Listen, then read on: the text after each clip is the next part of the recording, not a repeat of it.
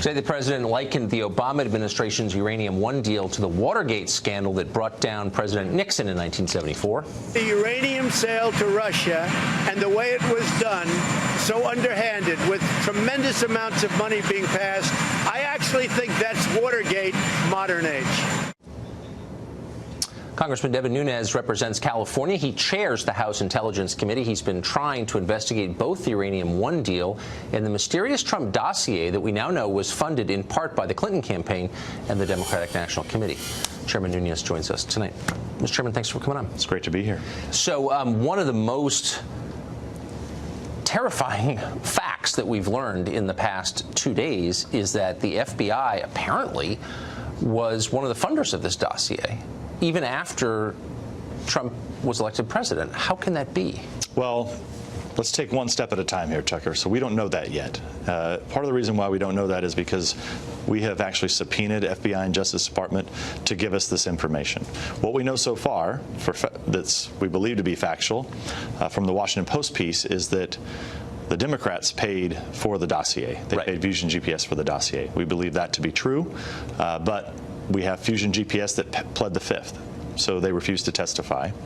They're now trying to block us from getting information to get to financial records of who they paid, who could they have paid, who could they have hired, all those sorts of things. They're trying to block us on that. So on what grounds, by the way? On what grounds could you say we don't have a right to know that? Well, I mean, look, we've subpoenaed the documents, and we're waiting. We have the House General Counsel now representing us in court.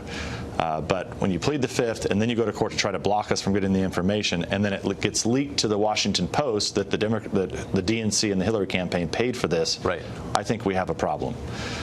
Now I think the next focus is going to be on whether or not did the FBI use this dossier to get any warrants? Did they use it to open up a counterintelligence investigation?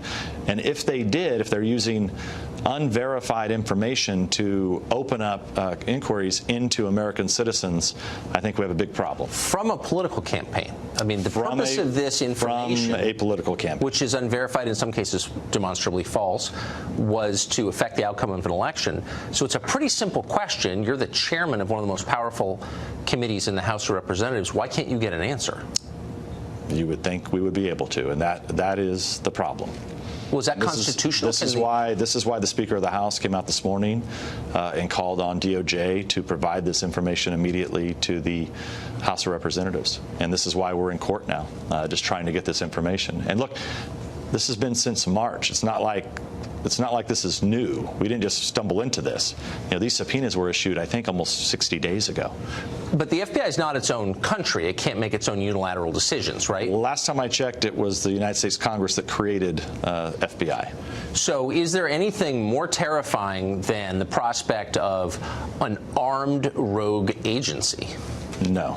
And I think that's the challenge here, is if you had an unverified dossier paid for by political opponents, in this case the Democratic Party, that then the FBI is taking and using to open up investigations into a campaign, right, or into to other Americans, we are on a slippery slope.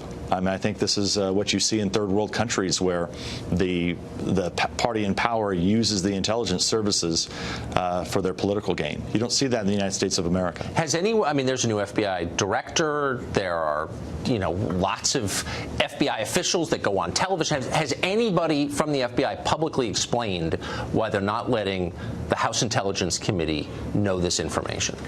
No, they have not. Not yet.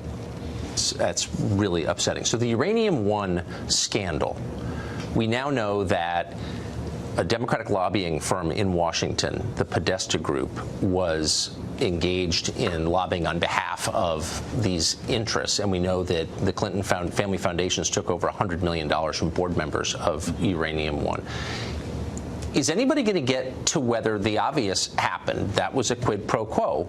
They paid, they got the deal ratified by federal agencies. We get to the bottom of that. So here's what I think is disturbing, and what we're looking for first. So the new information here, a lot of people are asking, well, what happened? This was 7 years ago. What happened?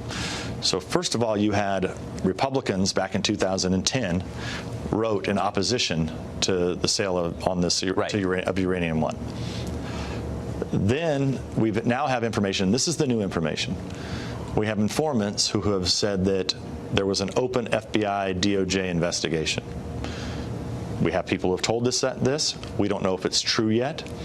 But if it's true, shortly after that, so if you have an open investigation, how do 9 cabinet-level secretaries approve a sale? And then you have all the questions that you raise, was the Clinton Foundation involved in this? What was, there was millions of dollars. And where was American national security and American interest in this? Not present. Mr. Chairman, thank you for coming on, and good luck getting that information. We'll get it one way or another.